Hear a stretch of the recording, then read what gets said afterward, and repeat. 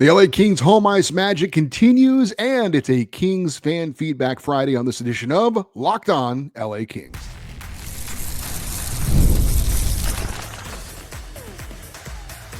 You are Locked On Kings, your daily podcast on the Los Angeles Kings, part of the Locked On Podcast Network, your team every day.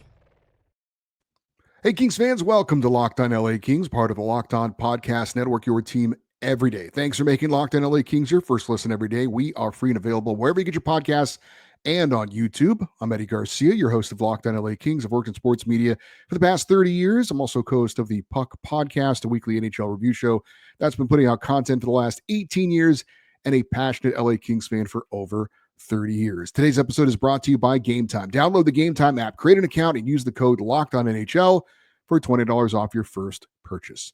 It is a Friday, or at least it was. It's past midnight now. I had some technical issues with my computer, which is always fun, but you don't care about that.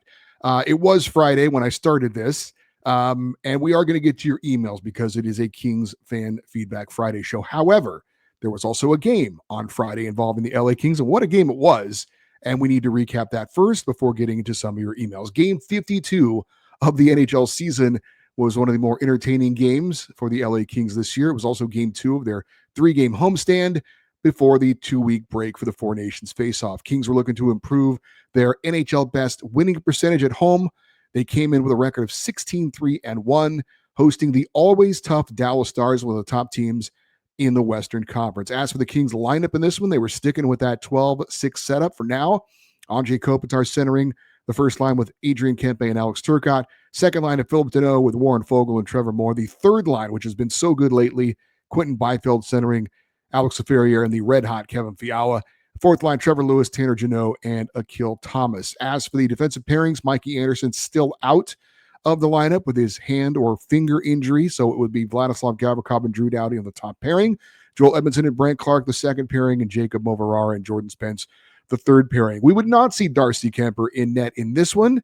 Apparently, Darcy and his wife just welcomed in a new child. So with him dealing with those types of things, also he missed practice the other day. So the Kings decided to go with David Riddick in net, who beat the Dallas Stars earlier this year. And presumably it'll be Darcy Kemper on Saturday against the Anaheim Ducks. But he was the backup in this one, was Darcy Kemper. And I saw some speculation on social media about, well, if he can be the backup, why can't he be the starter? Well, like I said, I've never had a child. Don't think that's ever going to happen. I'm guessing it's a pretty joyous but stressful time. So who knows what his situation was around that. So seems a pretty reasonable thing to me that he, would be the backup, but, could still be with the team. So anyway, David Riddick getting the start. The big question for me going into this game against the Dallas Stars, was the win over Montreal a nice little bump after returning home after a tough road trip, or was that win a sign that the Kings are in fact back on track? Well, game summary in this one was very interesting as the Kings started about as well as you could. 11 seconds into the opening period, Warren Foegele would score off a rebound, and the Kings were up 1-0 and had a great first period. However, at the very, very end, 2 seconds left, Dallas would score, and despite the Kings dominating the opening period, we were tied at 1-1. In the second period, the red-hot Kevin Fiala would score an amazing goal. We'll give you the details on that a little bit later to make it 2-1. The Stars, though, would respond to make it 2-2. Then Alex Ferrier put in a rebound, and LA had a 3-2 lead after 2 periods. In the third, though, Dallas would tie it up at 3 apiece and then take the lead with another goal, 4-3. But Anze Kopitar would tie it up at 4 apiece, and we would end up going overtime. Kevin Fiala would score in sudden death, but the play was reviewed for goalie interference by Toronto, and they called it no goal. So he played on into the shootout. Adrian Kempe and Kevin Fiala score while David Riddick stopped both the shooters that he faced, and the Kings win a wild and entertaining one, 5-4 in a shootout over the Dallas Stars. Kings improving to 29-17-6, 17-3-1 on home ice, and 2-0 on this 3-game homestand. Game stats in this one: shots on goal favored LA 37-30. Power plays, each team was 0 for 1. Faceoffs favored the Stars 33-26. Hits favored Dallas 19-13, and block shots favored the Stars 22-20. But once again, kind of like the Montreal game, these stats that really matter, the scoreboard and also shots on goal, Usually you want to lead those more than you want to lead the other categories. So what was good for LA from a team standpoint? Well, the Kings had a ton of offensive chances. They had great energy right at the start of this game. I thought they were pretty poised to be able to pull out a comeback when you're down a goal in the third period. 5 different goal scorers, so balanced scoring for the Kings. And again, pretty gutty win for the Kings, especially after falling behind the way they did. And then after having a goal disallowed in overtime, you still are able to get the win in the shootout. What was not so good for the Kings from a team standpoint? Well, certainly you give credit to the Stars because they're a pretty good team, but I would have to say I didn't think the Kings' team defense was up to their standard, nor was the goaltending. This was probably not the blueprint for the Kings to win games as far as trading scoring chances, and also, of course, falling behind in the third period is something you don't see too much from the LA Kings. But in the end, all's well that ends well. And my big takeaway from this game, we know the Kings have been excellent on home ice, but this one almost felt like there was some magic involved. Certainly the Kings, again, really good at home, but I don't know. It just, this one was like a little extraordinary. So maybe the Kings, not only are they good at home, but maybe there's something a little bit magical going on with the way they're playing on home ice. So do you want to talk about some of the individuals in this one? We start with the goaltender, David Riddick, kind of alluded to it a moment ago. Allowed 4 goals on 30 shots, and I didn't think Big Save Dave was quite up to his standards. He's been a little bit shaky lately. His previous start before this one was pretty good, but he's been lights out at home, and he certainly wasn't in this game. Certainly, I think his rebound control was an issue in this one. Now, I think there was also some issues with the Kings defensively as to why they were able to give up some pretty good scoring chances. The defense needs to be better, and they put him in a couple of tough positions, but I did think he gave us some pretty fat rebounds that were put into the net. That said, I will give him credit for coming up huge in the shootout. 2 very nice saves to help the Kings get 2 points on the season. David Riddick now 12, 11-0, and 9-2 on home ice. Got to talk about Kevin Fiala. Now 5 goals in his last 3 games. Should have been 6, but we'll talk about that disallowed goal in a second. 13 points in his last 11 games. Red hot right now. The second goal in the shootout, he scored as well. That doesn't give credit for a goal, but that certainly iced it. And I thought his goal in the second period was not only smart, but showed off his skill. Now we know the skill. But if you didn't see it, the defenseman that was trying to defend him didn't have a stick. And Fiala recognized, oh, this guy doesn't have a stick. He's not going to be able to play defense against me, so I'm going to aggressively take to the net. And then he shot it into the top part of the net from in close. The hands on him, the wrist action to be able to roof that thing into the top of the net. That was a sick goal. Absolutely a sick goal for Fiala, his 21st of the season, as, again, Kevin Fiala is absolutely on fire right now. Now, he scored a very nice goal in overtime. It was disallowed. I've ranted on this a bit before about the replay and the challenges and all that stuff. In overtime, there's no coach's challenge. It's reviewed by Toronto. If you didn't see the play, Drew Doughty is skating through the crease. He is being contacted by the Dallas defenseman, and Drew's skate kind of brushes the pad of the goaltender, Jake Ottinger. So was there contact between Drew Doughty and the goalie? Yes, but there was also contact between the defender, and if a defender pushes a opposing player into the goaltender, that's not a penalty, and that's not a disallowed goal. So it really bugs me the way we are micromanaging some of these calls. And I thought this call was frankly very, very close. Like I said, I acknowledge Drew made contact, but the defender also is contacting Drew. And it was to me, that's incidental contact. And if the referees on the ice call that a good goal, they're right there. I don't think we need to go super slow-mo in Toronto to try and dissect that. And if it's clear, fine. But that was, I know I'm a Kings fan. I didn't think it was clear. I thought it was very questionable. And when it's questionable, you stick with the call on the ice, but they didn't do that. And I think it irritates me to no end. All right. Alex Ferrier, one of Kevin Fiala's line mates in this one, flying all over the ice in this game. He looked hungry for a goal. He missed on a couple of chances early on, but then he gets a big goal, crashing in the net for a rebound and kind of muscling it in. His 14th goal of the season. his first goal in 15 games, although he had a couple of goals disallowed as well. So good to see him get one that counted. And I just loved how aggressive he was all night long. Like it was like, I'm scoring a goal tonight. And just the way he went to the net and the way he skated, I thought was fantastic. Andre Kopitar, the captain, had been in a goal slump. He ties it up, gets that fourth goal late to force the overtime. Adrian Kempe with the pass, and it goes off Kopi's stick and in, his skate and in, but he didn't kick it. It was no kicking motion, so that does count. And he was going to the net, so it was kind of like puck on net, body on net. Good things happen. For the Kings captain, that's career goal number 432, and he moved into sole possession of third place on the Kings' all-time goal scoring list, moving past Dave Taylor. For Kopitar, his 13th on the season and his 44th point. His first goal, though, in 15 games. Warren Fogle followed up his penalty shot goal in the previous game with the goal in the opening seconds in this one, so good to see him getting on track. His 14th of the year. Philip Deneau had a couple of assists as he continues to play better.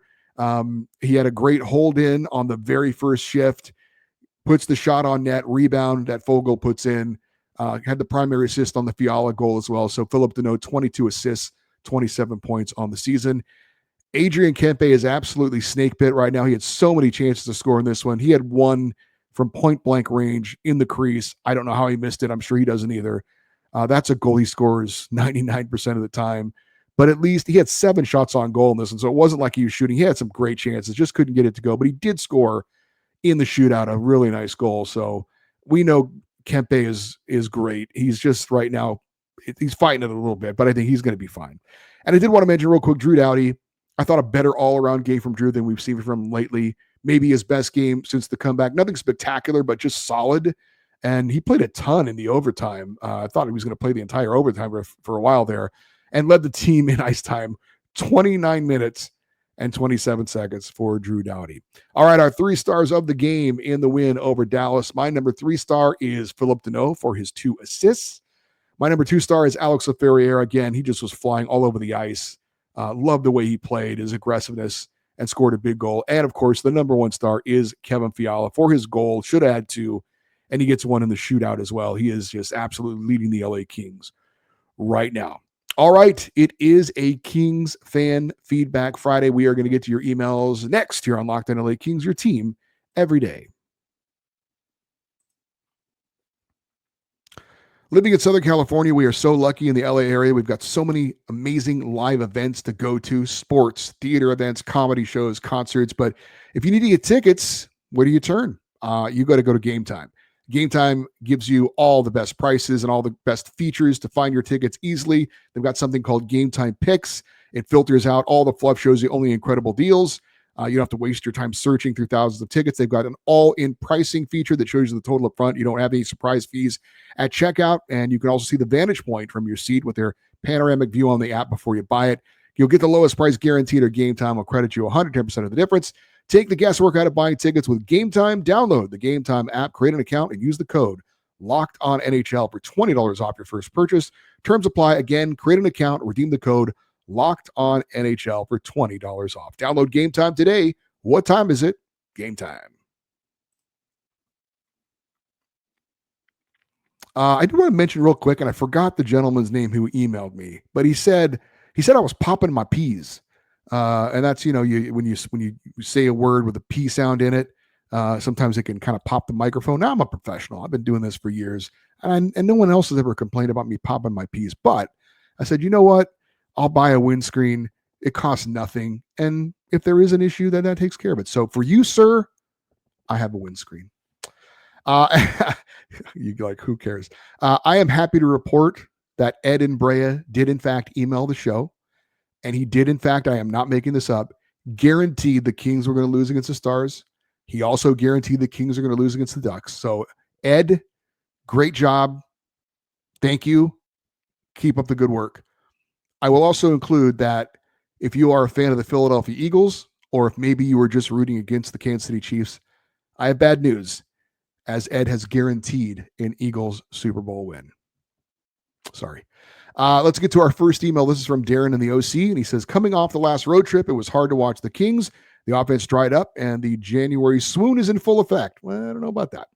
He says, thank God they salvaged that victory in Carolina. I hope this team can perform at home like they have all season. So far, so good. Obviously, he wrote this before the last 2 home games. One thing is apparent is the lack of offense. Would the Kings consider offering something to get Toffoli out of San Jose? I don't know why we didn't sign him as a free agent. One more idea that won't be popular is trading Drew Doughty to Toronto for Mitch Marner. Contract and money works. Thoughts? And that is from Darren in Orange County. You're not the first person, Darren, to throw out the Drew Doughty for Mitch Marner trade. Jim in Lakewood beat you to that one. But Drew has a modified no trade clause. Just keep that in mind. I do think that he would be interested in returning home to Toronto if the Kings were in some sort of major rebuild and they were going to not be competitive for the near future. And I don't think that's going to be the case. More importantly, Mitch Marner has a full no movement clause. He said full no movement clause. And he's not going to waive that to come to LA. He loves Toronto. He's going to play out his contract, and then he's going to probably go to the highest bidder. I still think he's going to sign in Toronto.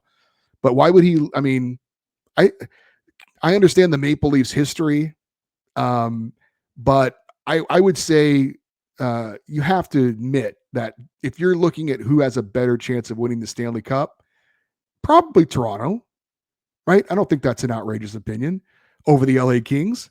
So why would he leave a place where he's happy to go to a team that has a lesser chance of winning a championship? He wouldn't. And now after the season, is there a chance the Kings could sign him? Probably not, because he's looking for $15 million. And I just don't know how the Kings would make that work financially. As for Tyler Toffoli, I completely agree with you. I was pushing hard that the Kings signed him going into the season. He is exactly what they would have needed. Plus him coming home would have been great for Rob Blake to make a fan-friendly move, and it also filled a need. But as for Tyler Toffoli, he has a full no trade clause, so he would have to approve a trade. But I think he would, even though he's played on a million different teams over the last few years. He's in San Jose, and I'm not saying he's not happy there necessarily, but he's not going to win anything there. He's signed for, I think, the next 3 years, like $6 million a year. So their contract is certainly more doable. I think he would like to come back to LA and have a much better chance of winning and getting to play some playoff hockey, but he would have to approve that. So I think something like Toffoli is at least reasonable and possible.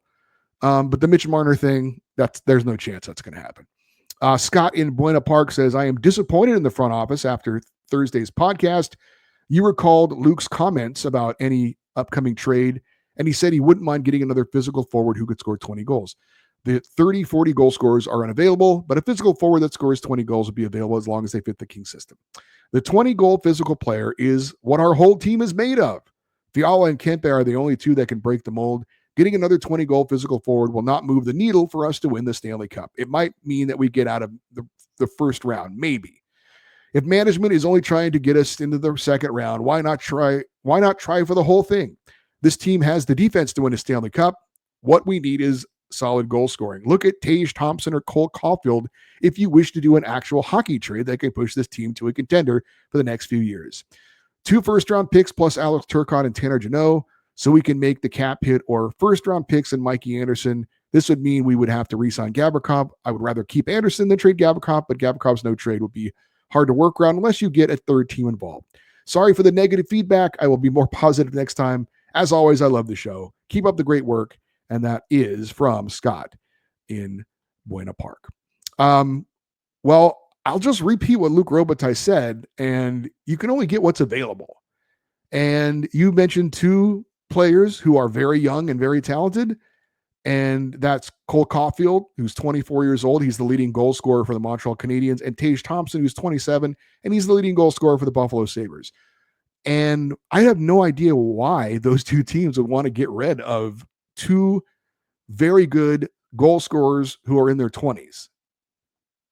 So why would they want to do that? Now, yes, Buffalo, especially Buffalo and Montreal to some extent, they're in rebuilds and they want assets to help their rebuild, but they don't want assets by giving up some of their top young players. So I just don't see those teams wanting to do that. Like was mentioned in the previous email, a Tyler Toffoli. That's the kind of player that those rebuilding teams want to trade. A guy who's a veteran, who's got value, and is not going to help them in 5 years. Rickard Rakell maybe in Pittsburgh, another guy. Guys that are in their 30s that are playing on teams that are looking to rebuild or retool. Those are the kind of guys that are realistic for the Kings. But like really good young goal scorers, they're not coming to LA. They're not going to get traded anywhere unless there was some Godfather offer, something you can't refuse. And why would you, if you're a team that's, in the playoff hunt, why would you want to give up like something absurd even to get a good young player? So I don't, those kinds of players, no. Older players, veteran players who can still score and aren't really a part of a future rebuild type team. Those are the kind of guys that you're realistically looking at. All right, we've got more emails, and I will be corrected on something. Actually, someone else is being corrected. But anyway, the All Kings quarter century team I talked about the other day, we have a correction on that. And we will get to that next year on Locked On LA Kings, your team every day. Super Bowl 59 is here. One game, two teams, endless possibilities, and there is no better way to make every play more exciting than with the FanDuel Sportsbook. Whether it's predicting the first touchdown, calling the MVP, or even betting on the coin toss, FanDuel makes it easy to get in on the action. With live betting all game long, you can adjust your bet as the game unfolds to feel the thrill from kickoff to the final whistle. The live betting feature lets you stay involved no matter what happens on the field, and the app is super easy to navigate. Plus, knowing that you can place a $5 bet and potentially win $200 in bonus bets for the Super Bowl, that's icing on the cake. It is the Kansas City Chiefs taking on the Philadelphia Eagles, as Ed and Brea has predicted that the Philadelphia Eagles will win. Might want to keep that in mind when you're placing your wager. The Chiefs are listed as a point. I love you, Ed. I kid. The Chiefs are listed as a 1.5 favorite, over under 48.5. Download the app or head to FanDuel.com to get started. Just bet $5 and you could win $200 in bonus bets. That's FanDuel.com. Bet with FanDuel, official sportsbook partner of Super Bowl 59. Our next email comes from Frank in Burbank, and he says, in regards to Monday's episode, I too have recently wondered if the Kings would ever gut check a deal for a superstar player. I don't believe the Kings will ever have a player of Gretzky's caliber again, meaning a McDavid, Matthews, McKinnon. But hey, superstar players are rare. I'd gladly settle for a star player, someone who could get at least 90 to 100 points per season consistently. There are currently several star players up for grabs. Mitch Marner, JT Miller, Mikko Rantanen, Elias Pettersson are all subject to move. Some already have, but could still possibly be available again in the summer. Do you think the Kings should go for any of these players? The light is fading on Byfield's trade value. Do the Kings package him with maybe Moore and Gavrikov for Marner? I know in my dreams, right? Anyway, names are moving and the prices haven't been that high. Hopefully Blake gets gutsy and makes a move that potentially saves his job.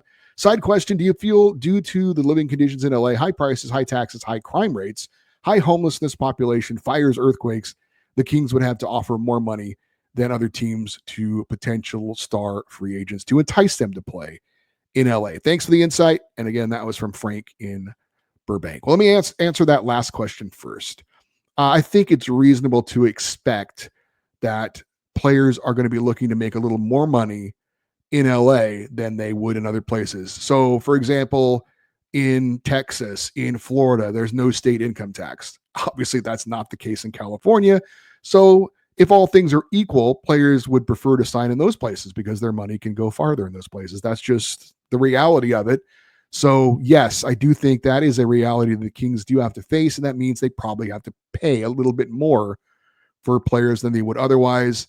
All the other stuff, I think they can kind of get away with it. There are obviously great things about living in LA, the weather and the things to do here, that kind of thing. So, but I think to me, I think the state income tax is probably the biggest thing. We talked about Mitch Marner already. I know you mentioned Mitch Marner. I don't know if any of those players are available, except maybe one. Well, Mikko Rantanen is still going to be a free agent at the end of the year unless Carolina signs him. So that's still to be determined. JT Miller only wanted to go to the Rangers, so he's staying there. He's not going anywhere else. We talked about Marner already. Elias Pettersson might be available from Vancouver, but he's making $11 million, and he currently has the same number of goals as Quentin Byfield.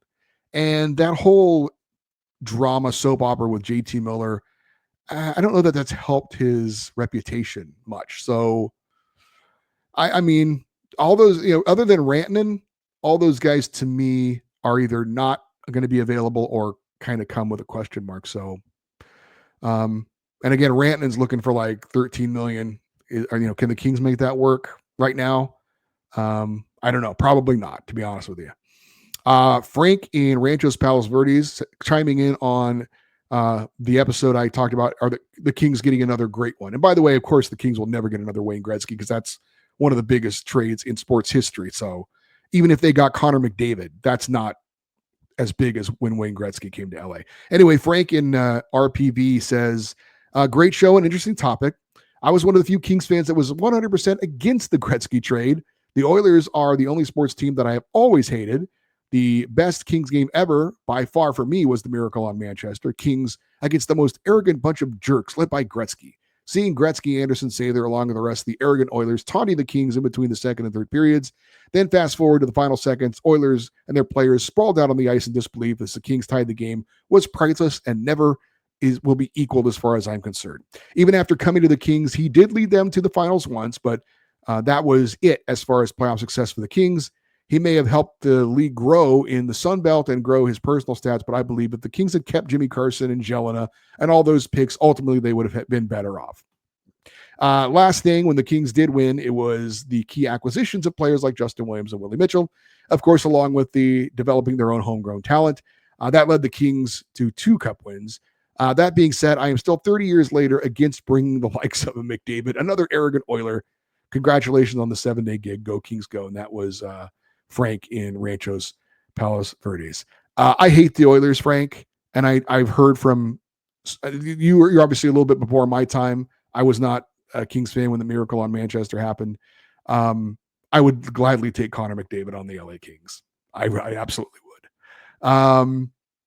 Do we have time for one more? Yes, we will. We'll squeeze it in. Eric in Wrightwood says, Eddie, love the show. Sentimental favorite, Adam Deadmarsh. He's talking about that all quarter century team. Had he played in the post-concussion era, might have been on the list as his Kings career, if his Kings career had not been cut short.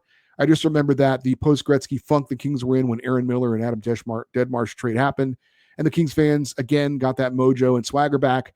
The run past the first heartbeat into Staples that would eventually nurture the future Cup teams. Only 3 goals in Kings history gave me chills. Seeing them again, Martinez in 2014, Darrell Evans in 1982, and Adam Deadmarsh in 2001. Thanks and love the show. And again, that was Eric in Wrightwood. And that reminds me, where my phone is at. Anyway, I got a message. I'm going to look because I want to give him credit, but I got a message from a listener informing me that I was kind of incorrect on my all quarter century team. And I had on my second team, I had Lubomir Wisnowski as my defenseman. And I had said that the Kings had Jake Muzzin picked for their official quarter century team. And it was Adam Fowler. Adam Fowler messaged me on X to say that actually Lubomir Wisnowski was on the second team pick for the LA Kings. So I actually, I guess, had it right. My pick was Lubomir Wisnowski, and he was. And anyway, Zach Dooley, apparently the Kings insider, friend of the show, I guess I had Googled what is the Kings quarter century team, and that's what came up. So I thought it was Jake Muzzin on the second team on defense when actually it was Lubomir Wisnowski. So my pick was actually the right pick for the Kings. So anyway, I hope that I don't know why I needed to clear that up, but I thought I would anyway. All right. Looking ahead, the LA Kings are playing their final game before the Four Nations break Saturday night against the Anaheim Ducks. I will be out there to watch that game in person. If anybody wants to say hello, you can reach out to me, email, Instagram, X, Twitter, however, and we can make that happen. Looks like we're going to see Darcy Kemper in net for that one.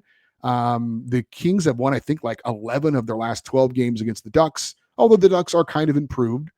They are competitive this year, so it's not going to be an easy win, but it would be good to go into that break with a victory and go 3-0 in this little homestand. Face-off is set for 7:30 between the Kings and Ducks. You can see it locally on the FanDuel Sports Network, nationally on ESPN Plus, and you can listen to the game on the 710 ESPN app. Hey, thank you to everybody who sent an email in. This show obviously not possible if you don't participate and send an email. So thank you to everybody who sent an email. Appreciate that. For you everydayers, those of you that listen to watch Locked On Kings every day, and we are 7 days a week now. Coming up on Saturday's show, we'll obviously recap the Kings-Ducks game shortly after its conclusion, or maybe more than shortly after the conclusion, and my computer has an issue again. Hopefully not. If you want to send an email for the show, for the fan feedback show, or for any other reason, the email address is lockedoneddie@gmail.com. You're always welcome to post your thoughts if you're watching on YouTube in the comment section. Love for you to stay connected with the show by following us on X, Twitter, and Instagram. We're at Locked On LA Kings. I'm Eddie Garcia. Thank you for listening and watching this episode of Locked On LA Kings, part of the Locked On Podcast Network, your team every day. Have a great rest of your day. We'll talk to you on Saturday. And as always, go Kings, go.